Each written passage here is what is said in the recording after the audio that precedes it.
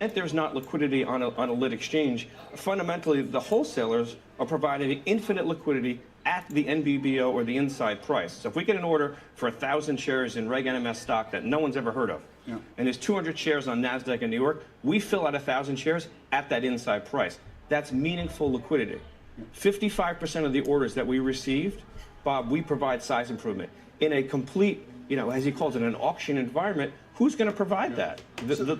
They're worried that when the auction is available and the orders are no longer being directly routed using payment for order flow to their dark pools for them to create synthetic shares, that they will have to compete with the New York Stock Exchange and with others in order to actually allow the national best bid and offer to reflect the accurate prices of stocks and shares. That is Doug Sifu, ladies and gentlemen, the liquidity fairy of Virtue Financial.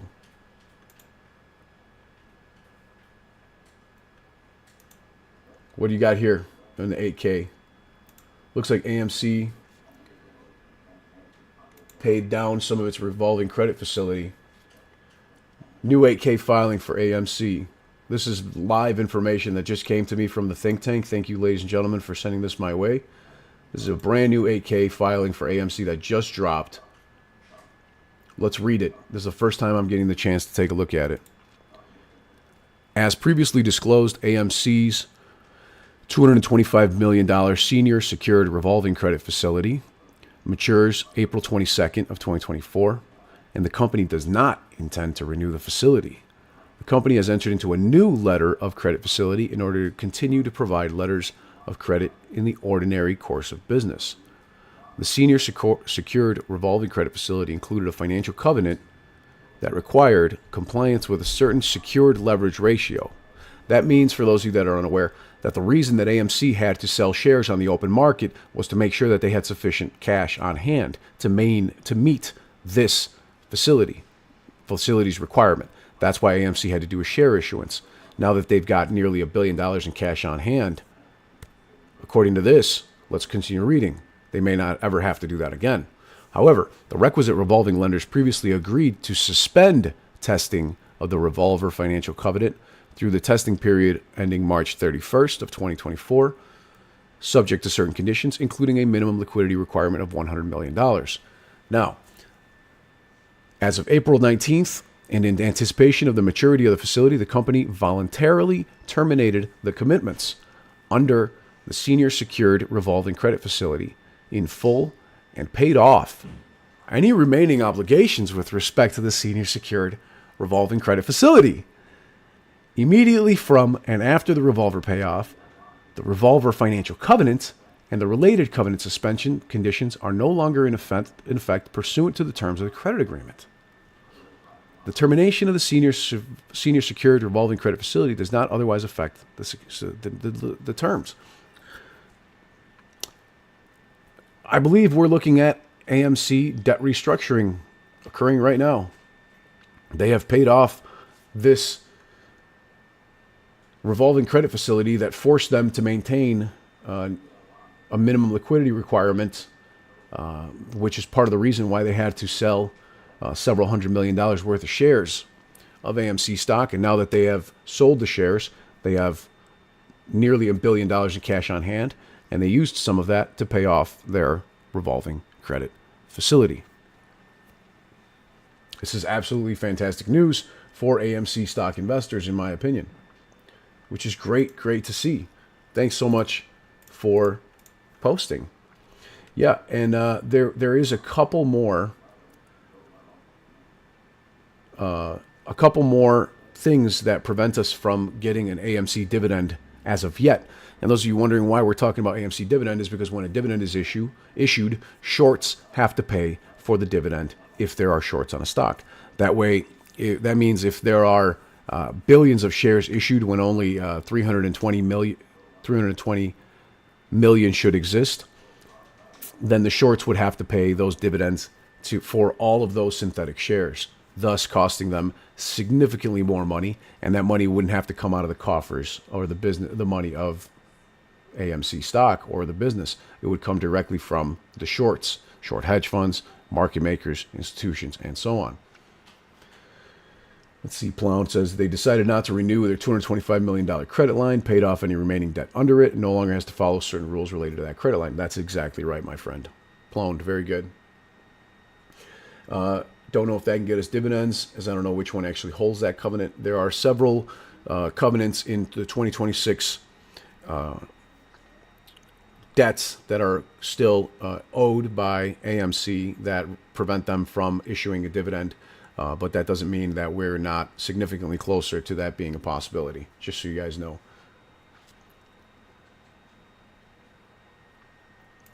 Yep, let's take a look here. This is John Merriweather from AMC Theaters, has said in email in the past, via November 15th, 2023, our first lien and second lien debt and the corresponding credit agreement contain the covenants prohibiting the payments of dividends.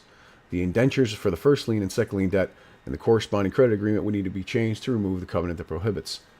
We routinely have conversations with our bankers regarding debt obligations. Very good. So they've already paid down one of them. Looked like there's only one left. And then AMC would be able to issue a dividend of whatever amount, and that would have to be paid by short sellers. I think shorts are fucked.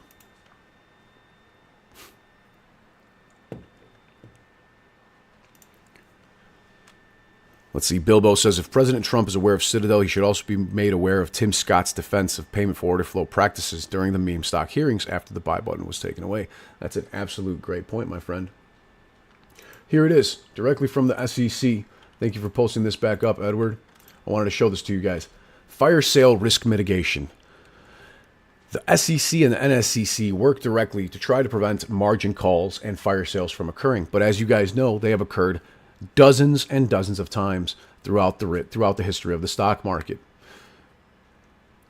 The rule change that they're working on regarding borrower defaults and a potential fire sale scenario where all owners of affected securities suffer loss, the rule change will increase the availability of SFTs to NSCC members, even though SFTs are already a significant contributor to the underlying reason of member defaults.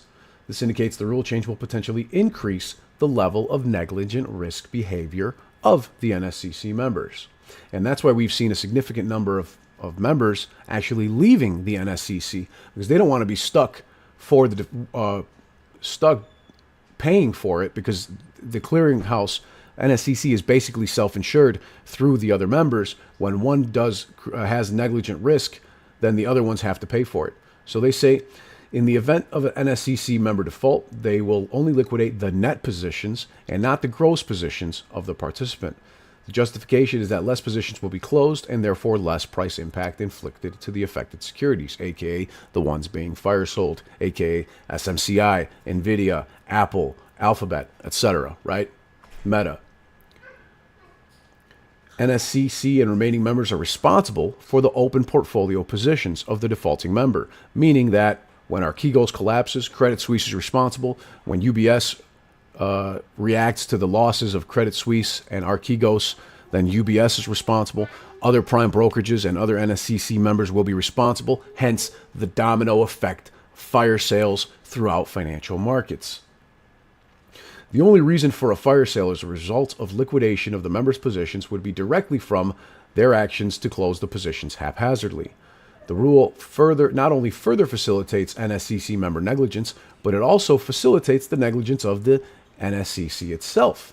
The rule enables the NSCC to limit their own loss as a result of member negligence. They literally only want to save their own ass and let everyone else underneath them take the damage. This removes the responsibility and the accountability from the NSCC as an SRO, a risk overseer, a regulator, a self-regulating organization, because, of course, they police themselves and give themselves a big pat on the back, say that they've done nothing wrong. They've investigated themselves and everything is fine. They've done nothing wrong. Liquidity drain risk mitigation. Generally, the paragraph does not warrant comment. It only redescribes that the NSCC members overextend their positions and create high-risk situations, which can have a far-reaching impact beyond the member itself and cause a market-wide downturn, which is potentially exactly what we're seeing right now with all of these stocks that we just got done talking about. And I showed you the chart so you could see it for yourself. It seems to be beginning already. If a borrower needs to reborrow a security to deliver it to a counterparty, that means that said borrower did not own the security. I'll say that again. If a borrower needs to reborrow a security to deliver it to a counterparty, that means the borrower did not own the security or have the security borrowed for the short sale, aka this is naked shorting and is illegal under SEC Reg Show provisions. Illegal naked shorting activity has been referenced again in the rule proposal and glossed over as a normal market activity, which it is in fact not a normal market activity. It has become normalized by shorts, but that does not mean that it is not illegal and a crime.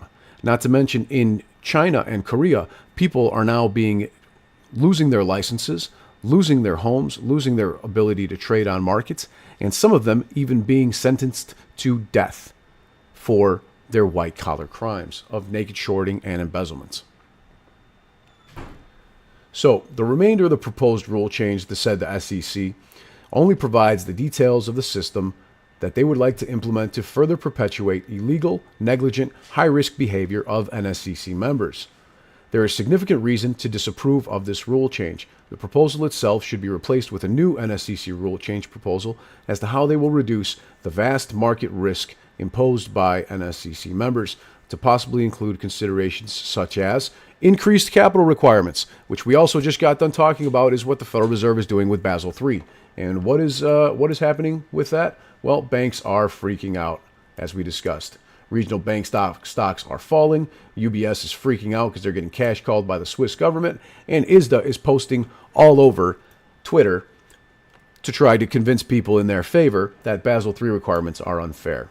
What else?